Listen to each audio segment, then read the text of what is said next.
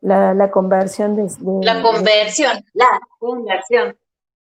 Bueno, vamos con esa. Eh,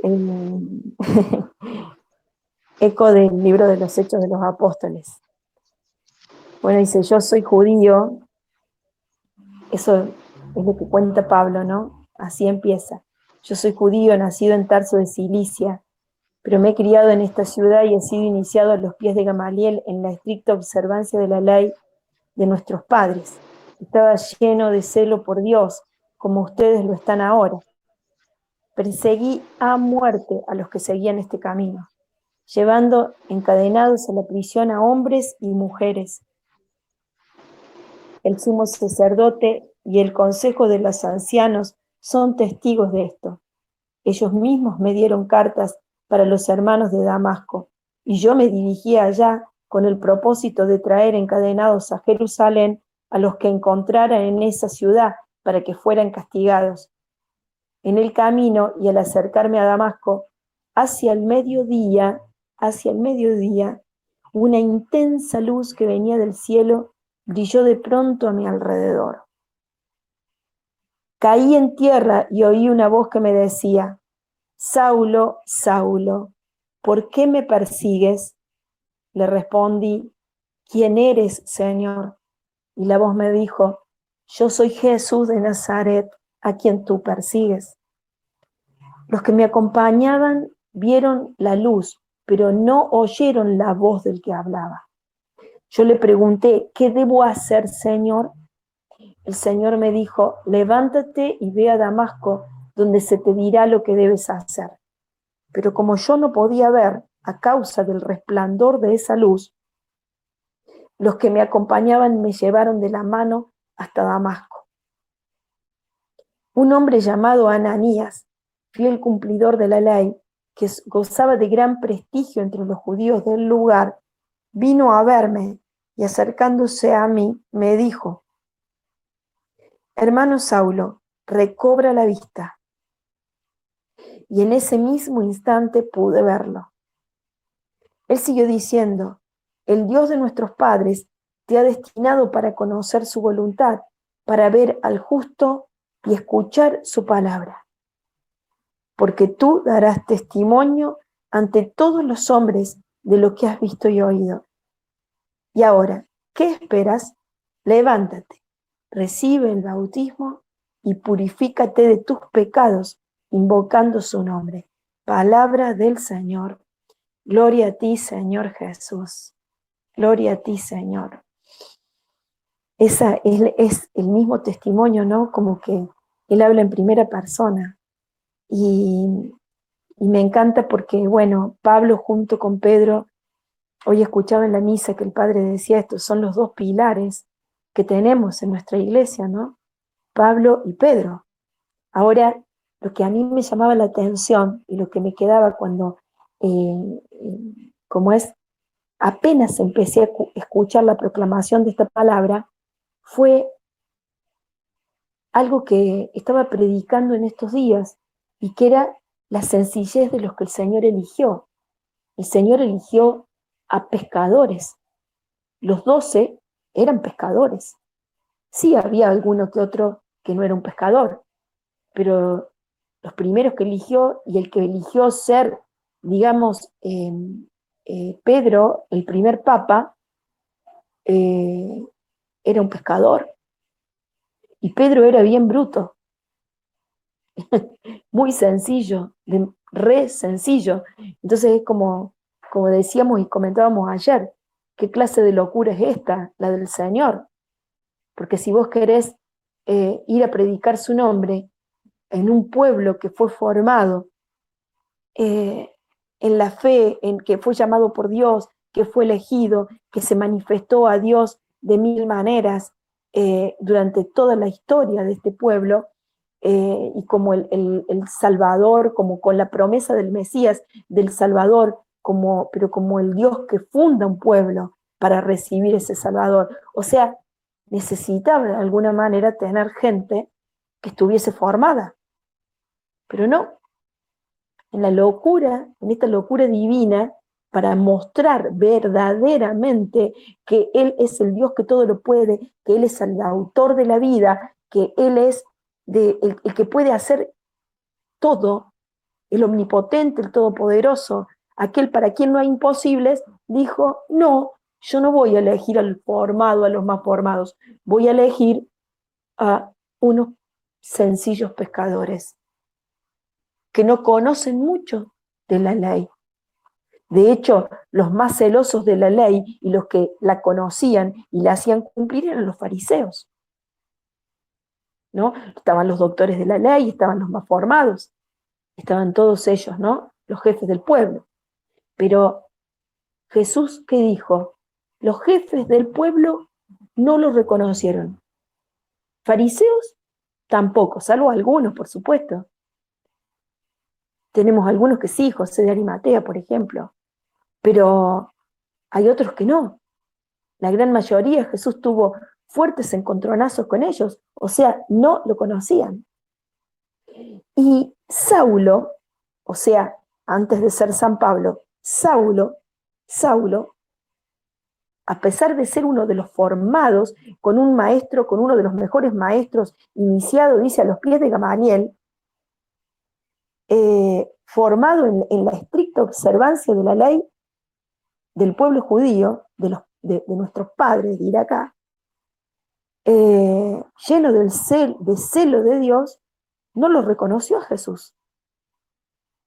Entonces, lo que me llamaba la atención de todo esto es que miren ustedes, por un lado, Jesús elige a unos sencillos como pescadores, por ejemplo, que no conocían casi nada, solamente de trabajo. Y bueno, pero eran parte del pueblo judío, y bueno, pero no eran conocedores, personas formadas, eruditas, ¿sí? Unos simples pescadores, y de ellos se agarró. Y yo dije, wow, qué tremendo, Señor, lo que estás haciendo, qué tremendo lo que has hecho, porque demostraste verdaderamente tu poder y demostraste verdaderamente qué es lo que a vos te agrada de tus criaturas. La sencillez, la humildad, la pobreza.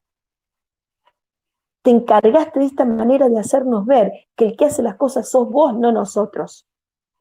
Porque el que sabe se puede creer de repente, el que tiene titulitos, se puede creer de repente que por sus títulos y por su sabiduría es él el que, por sus méritos y por su sabiduría y su sapiencia y sus esfuerzos y sus conocimientos, por esos méritos quizás se logren y se conquisten cosas para Dios. Y Dios quiso que eso quedara bien claro.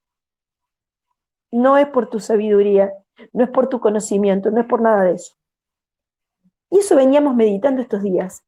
Pero hoy, cuando escuchaba la proclamación de la palabra, Jesús elige nada menos que a Saulo para ser el misionero que predicara su nombre en todas partes. Él iba a ser, con ese mismo celo divino, de celo por Dios que tenía, iba a ser el que iba a dar testimonio de Jesús ante todos los hombres de lo que él había visto y oído. Ahora, Saulo era un gran conocedor de las Escrituras. Era un hombre formadísimo. Por lo tanto, no podemos decir que Jesús no eligió a un hombre formado, que eligió simplemente hombres sencillos, aunque los primeros, los que eligió para estar a su lado, fueron todos muy sencillos y pecadores. Pensemos en Mateo, ¿sí? O no muy queridos por el pueblo, que hasta eran considerados traidores del pueblo. Pero Jesús, que veía los corazones, dijo, a vos, a vos, a vos, a vos. Y había hasta un traidor en medio de ellos, Judas. Sin embargo, pasó todo esto y Jesús dijo, quiero un apóstol más. Y Jesús se valió de Saulo, y este sí que estaba bien formado. Este sí que estaba bien formado. Pero, ¿qué pasó? Miren ustedes qué hermosura la conversión de San Pablo. Realmente que es una fiesta. Porque un tipo con toda la sabiduría, el conocimiento que tenía Saulo, en ese momento, es una fiesta la conversión. Porque hoy cuando nos encontramos con los que más saben, a veces, sin herir a nadie, ¿no? Pero a veces son los más duros de convertir, porque están tan aferrados a sus conocimientos. Y hay veces que hay tanta levadura de fariseo en sus cabezas,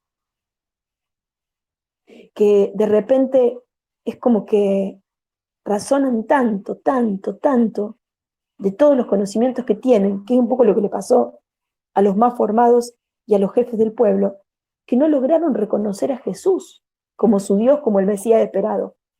Miren lo que dijo Pablo cuando se cae del caballo. Qué imagen, se cayó del caballo. Y dice, cuando escucha la voz, dice, Saulo, Saulo, ¿por qué me persigues? Y él le dice, ¿quién eres, Señor?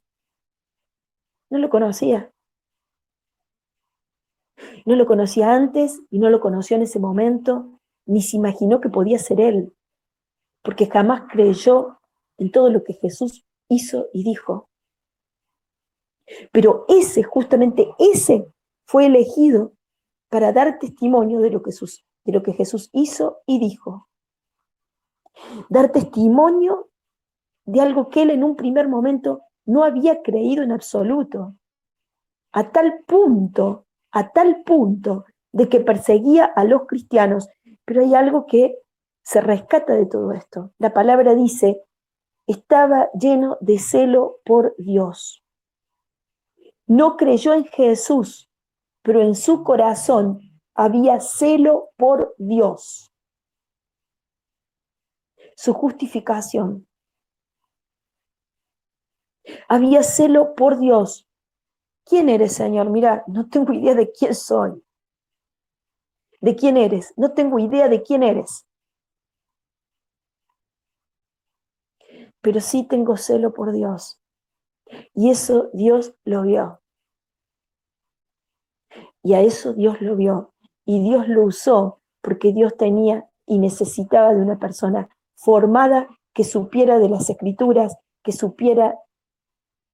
tuviera conocimientos de las tradiciones de su pueblo y de sus leyes, para poder usar de ese conocimiento y llegar a todos.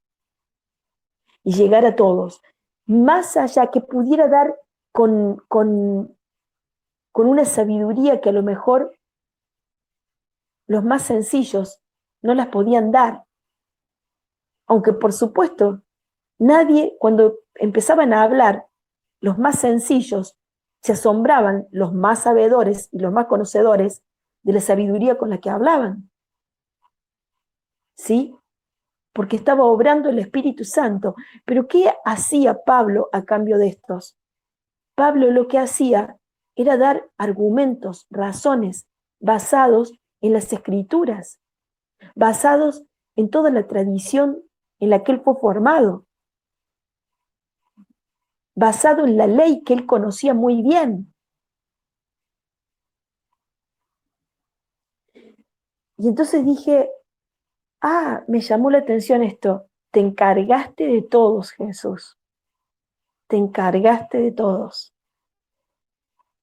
Y una cosa que me pregunto, ¿no? Y que le digo, ¿cómo llevo esto a mi vida diaria? ¿Cómo llevo esto a mi vida diaria? Muy simple, muy simple. No hay nadie de nosotros que no se tenga que caer del caballo en algún momento. De las cosas que podemos llegar a saber, a pesar de nuestra ignorancia. Porque el conocimiento nos da un poder a todos. Y nosotros somos conscientes de ese poder. Somos conscientes. Cuando yo sé algo, y eso me hace ser o me creo de alguna manera que en ese conocimiento me planto y lo trato de vivir, y entonces me puedo llegar a elevar en algún momento, subirme a un caballo, en donde puedo llegar a mirar que aquellos que de repente no saben nada, no viven nada, al contrario, son rebeldes, son ateos, son anti-iglesia, puedo llegar a mirarlos desde arriba, puedo llegar a criticarlos, puedo llegar a juzgarlos. Y yo digo, ¿por qué, Señor? Porque estoy subido a un caballo. ¿A qué caballo? Yo soy católica, yo soy bautizada, yo rezo todos los días, yo tengo este conocimiento, yo tengo este otro. Y estos no saben nada. Y estos, mira cómo van en contra de nosotros. A estos hay que castigarlos. A estos los juzgamos. Estos no son dignos de amor. A estos tenemos que corregirlos una y otra vez. Estos tienen que saber de qué se trata la vida, de qué se trata esto y aquello. No nos vayamos tan lejos. Miremos nuestra propia familia, que es lo primero que miré yo misma. Cómo nos cuesta vivir el amor.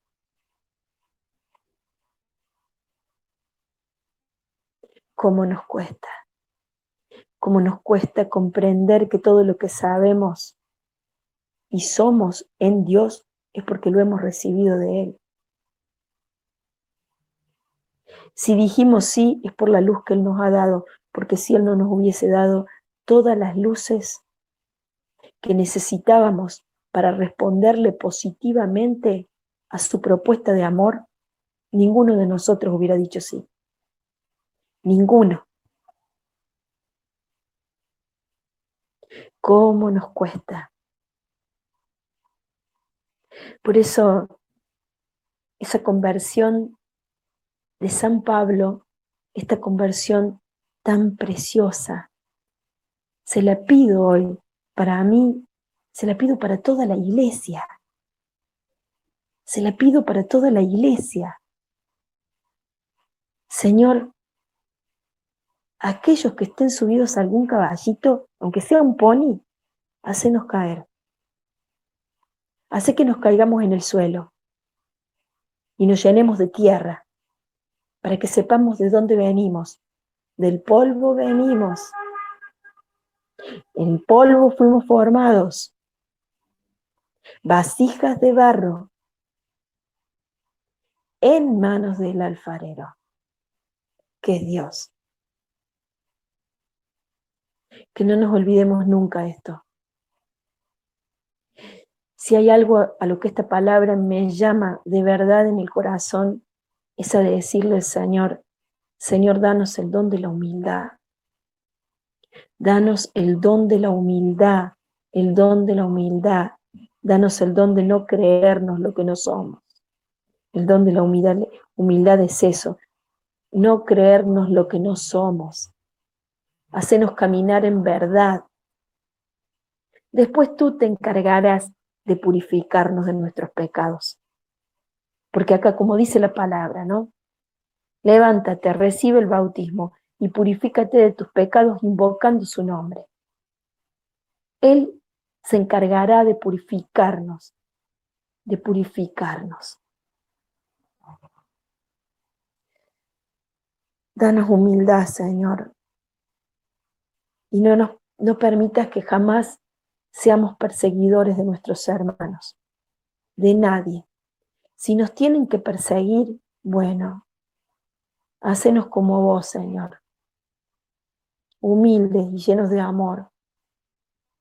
Y que si nos persiguen, bueno, que nos persigan. Pero que nosotros no nos convirtamos perseguidores de nadie. De nadie. Danos el don del perdón para quienes nos persigan, para quienes nos han perseguido, con críticas, con calumnias, con cuantas cosas. Pero que nosotros no seamos perseguidores de nadie. Al contrario, Señor. Al contrario.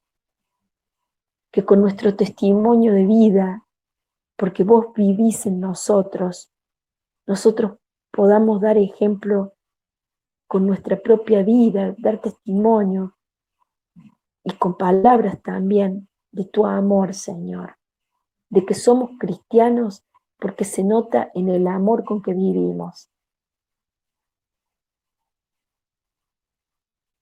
Danos humildad, Señor, que nadie tenga miedo de acercarse a nosotros.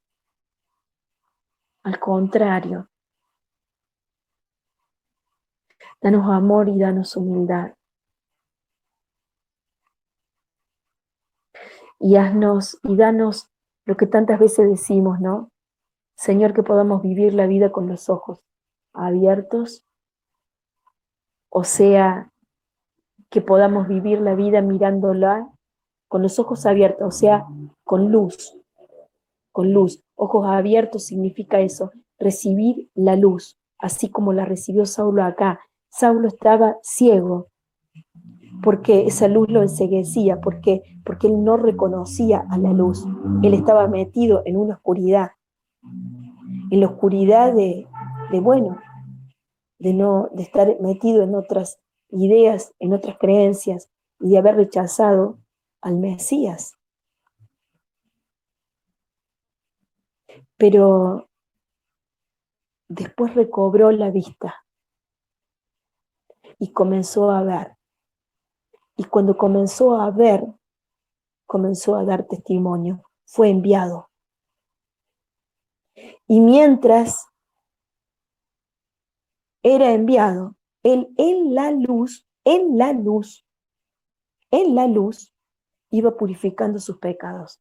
Ahora quiero que veamos algo que me parece que es muy importante, pero sumamente importante.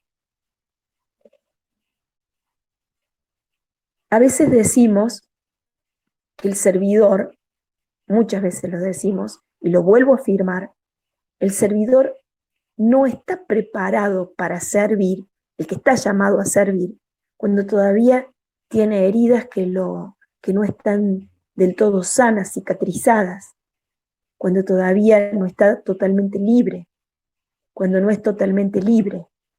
¿Sí?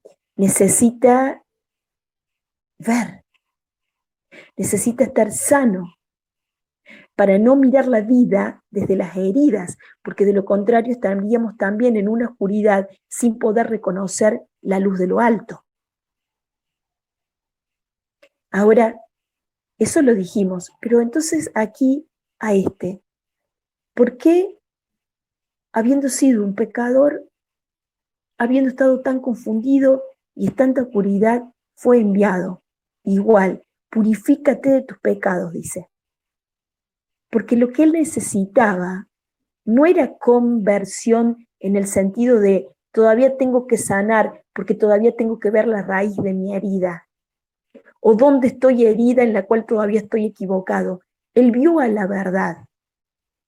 Sus ojos se abrieron. Lo que quedaba ahora era purificar sus pecados, pero él ya era consciente y ya era libre, ya se había liberado de su pecado. Es como cuando vamos a la confesión. Nosotros vamos a la confesión, nos confesamos y quedamos libres de los pecados, pero no de la culpa. Y eso se debe purificar. Eso es lo que le pasa acá a Pablo. Otra cosa, por eso él fue enviado de una. Otra cosa muy distinta es cuando estamos heridos y todavía no logramos ver cuál es la causa, la raíz de nuestros pecados. Es lo que meditamos esta mañana en el rosario. A veces no vemos la raíz de nuestros pecados porque estamos adheridos a mentiras o mitad verdades, que es lo que las armas que usa el enemigo para confundirnos y para que pongamos nuestra fe en eso que nosotros creemos, pero que no es la verdad de Cristo y de su evangelio. Espero poder ser clara en lo que estoy diciendo, porque es muy importante.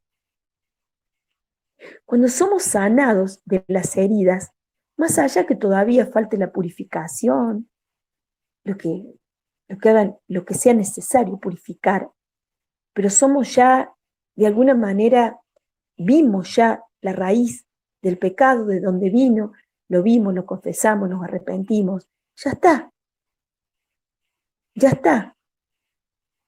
La purificación viene después, es otro paso, es el siguiente paso, pero ya estoy preparado para servir. Y lo que pedimos al Señor en este momento, a través de esta palabra, y pidiendo la intercesión no solo de María, la omnipotencia suplicante, sino también de nuestro queridísimo San Pablo, es esta gracia, la gracia de nuestras conversiones, de que el Señor nos haga caer de cualquier caballito en el cual estemos, de cualquier soberbia, de cualquier orgullo, de cualquier vanagloria o de cualquier pecado. Y que aparte de eso, nos dé la luz para ver las raíces de nuestros pecados, para que viéndolas en el error en el que estamos, podamos arrepentirnos, confesarnos, convertirnos y poder ser instrumentos de Dios para la conversión de otros, para ser testigos de que Jesús está vivo en el mundo. Esto por sobre todo, ¿no? Y después pedirle a San Pablo que nos haga esos misioneros apasionados, llenos de celo por Dios. Y esto es lo último.